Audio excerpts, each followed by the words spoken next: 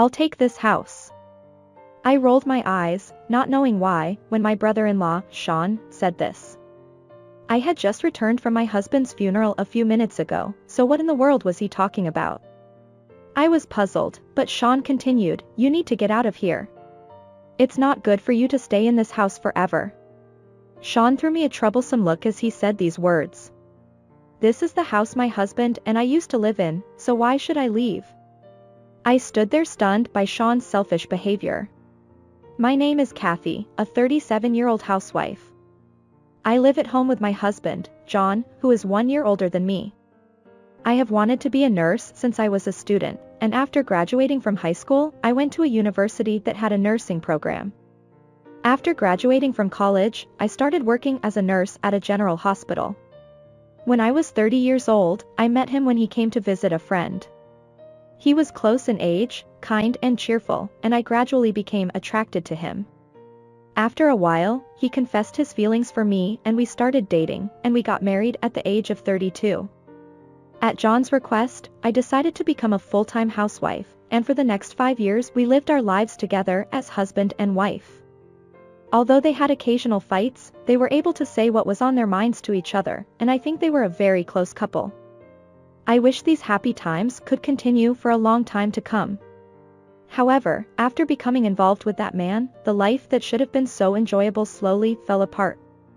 John had a younger brother, Sean, who was a year older than him. Perhaps because of the 10-year age difference, Sean grew up being loved and cared for by his family and relatives, and as a result, he became a very selfish person. His selfish behavior has been bothering his parents-in-law, and about 3 years ago, after a fight with his father-in-law, Sean moved out of the family home. But having run away from his parents' house, but not having any friends or acquaintances he could rely on, Sean turned to his own brother, my husband. John seemed to be unwilling to leave his adorable little brother behind, but I was not so inclined. However, I could not leave Sean with nowhere to go and no way to return to his parents' house, so we decided to let him live in our home. It had been a few days since Sean and I moved in together, but he had been staying in his room for a long time. He only came out of his room when he needed to eat or use the bathroom. Since he did not have a job, he did not bring in any money for living expenses, and Sean acted as if this life was normal. I grew frustrated little by little, and when he came out of his room, I tried to talk to him. It's not good for your health if you stay in your room all the time, so why don't you go outside once in a while? No, it's none of your business. I knew what to expect, but Sean did not listen to me. But we can't live like this forever, can we? We can't afford to live like this forever either. I tried to tell him that, but he didn't seem to like what I said. Sean glared at me.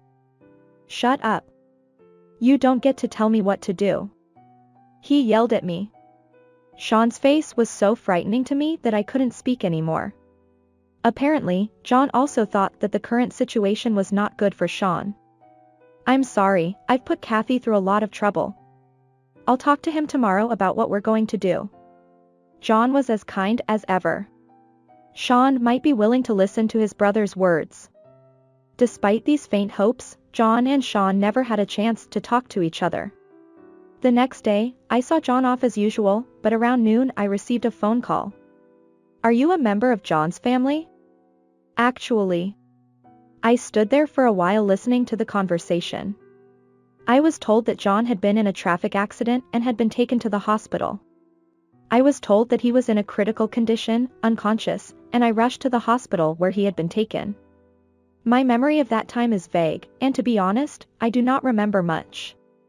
While I was on my way to the hospital, I couldn't stop thinking about the memories from the time I met John until now, and John's smile this morning. But by the time we arrived at the hospital, John had already passed away. My in-laws had also rushed to the hospital, and although they must have been in shock to be told of their son's death, they were there for me the whole time. After hearing more details from the hospital doctors and the police, I discussed the funeral with my parents-in-law, and when I returned home, it was already nighttime. What the hell were you doing up until this time?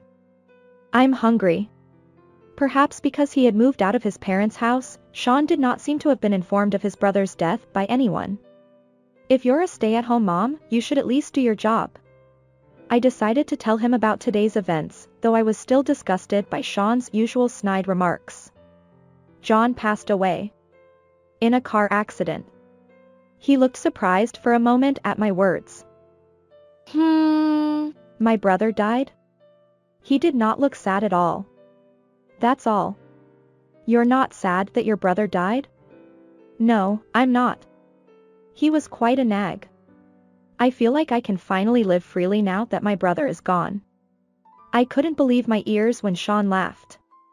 It is true that John sometimes warned Sean about his attitude toward life, but he said this because he was thinking about his brother as a family member. Having seen the kind and gentle John, who was always thinking of his younger brother, close at hand, I could not forgive Sean's comment. You were in trouble because you ran away from your parents' house, so John said it was okay for you to live in this house. You didn't have to say anything like that. But Sean sighed tediously and turned his back on me.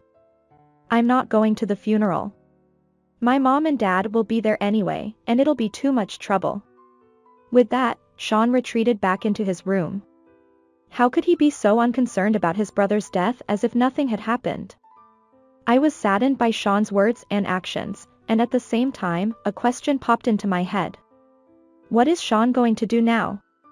After John's death, he can no longer continue to live in this house. However, I did not think that Sean would leave so easily because of his personality. After thinking it over, I decided to take a certain action. On the day of John's funeral, Sean did not show his face even once. Although he had said he would not go, I felt a mixture of sadness, frustration, and a variety of other emotions when I realized that he really had no intention of coming. But that night, something unexpected happened. When I returned home after John's funeral, I noticed that my stuff was gone, as it should have been in the living room. Wah! As I stood there, Sean said something I couldn't believe. I threw your stuff away. What are you talking about? Sean told me that while I was at John's funeral, he had dumped my stuff at the local dump. I've been trying to get out of your way for a while, but now that my brother is dead, it's a good time for you to get out. I'll take this house. Sean's selfish request gave me a headache. This house is mine and John's. You're the one who should leave, no matter what you think. I controlled my anger and said to Sean. I told you that I was going to take this house because my brother is dead.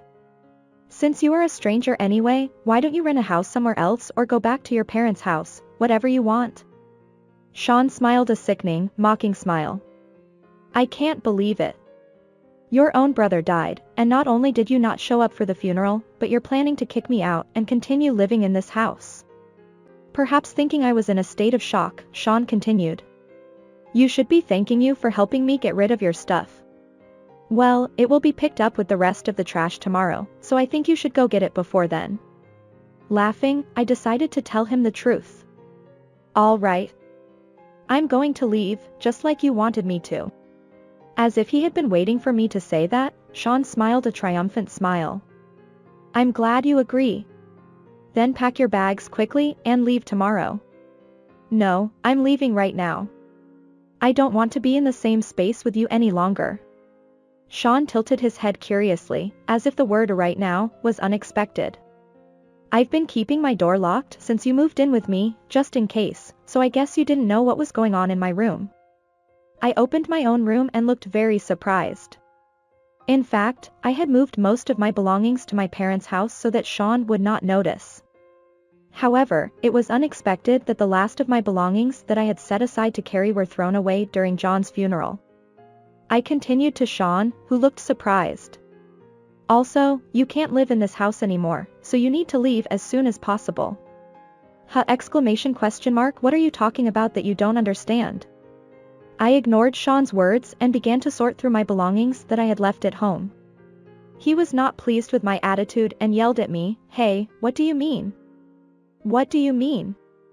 I sighed loudly and turned to Sean. I think you've been misunderstanding me this whole time.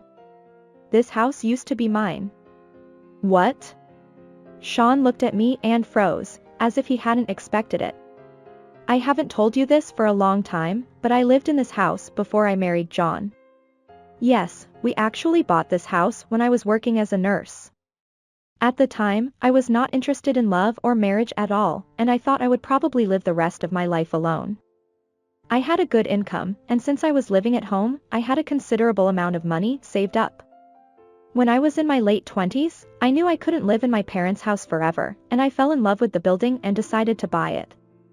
I lived alone for a while, and it was a year later that I met John. Since I had just bought the house, I decided to have John live in the house as well. I had told my parents-in-law, but as expected, Sean was unaware of this fact. Sean's face, which had been so cheerful earlier, turned pale as if he had finally understood the situation. The house is in my name to begin with, so it won't belong to you anyway. But if you really don't want me to stay, I'll leave. What? Because I've decided to sell this house. I'm busy getting ready to move out, so you'd better get your stuff together as soon as possible. I'm not going to do that on my own. I don't have anywhere else to go, unlike you. Sean protested, looking quite agitated. I don't know what you're talking about. You've been acting selfishly all this time. Why don't you either find a job quickly or apologize to your father and mother and ask them to let you live at home? I said coldly to Sean, who was indeed in a hurry. I told you to wait. I apologize for everything I've done, just please reconsider selling it. At least until I find a job. Sean begged desperately, but my feelings were not swayed in the slightest. You know how many times both John and I have told you? How are you going to make a living from this? When are you going to find a job? But you were the one who ignored them and did nothing, weren't you? You deserve what you get. Sean looked down silently, as if he had nothing to say in reply. I'm not your guardian, and I can't take care of you anymore. I tell him, and Sean looks dejected. I turn my back on Sean and leave the room without once looking back. I headed for the dumpster near my house and found that Sean was right, my belongings had been bagged and dumped. I patted myself on the chest, feeling very glad that I had moved my belongings to my parents' house before Sean did. I retrieved my belongings from the dumpster and headed for my parents' house on foot. When I arrived at my parents' house, both my father and mother came out to the front door worried. They were quite surprised that I would come back to my parents' house on the day of the funeral after John's sudden death in a car accident, but when I explained the situation, they gladly agreed to let me stay at their house. I had no time at all to grieve John's death because of Sean's case, but as I spent more time alone at my parents' house, I remembered John and spent some time crying for a while.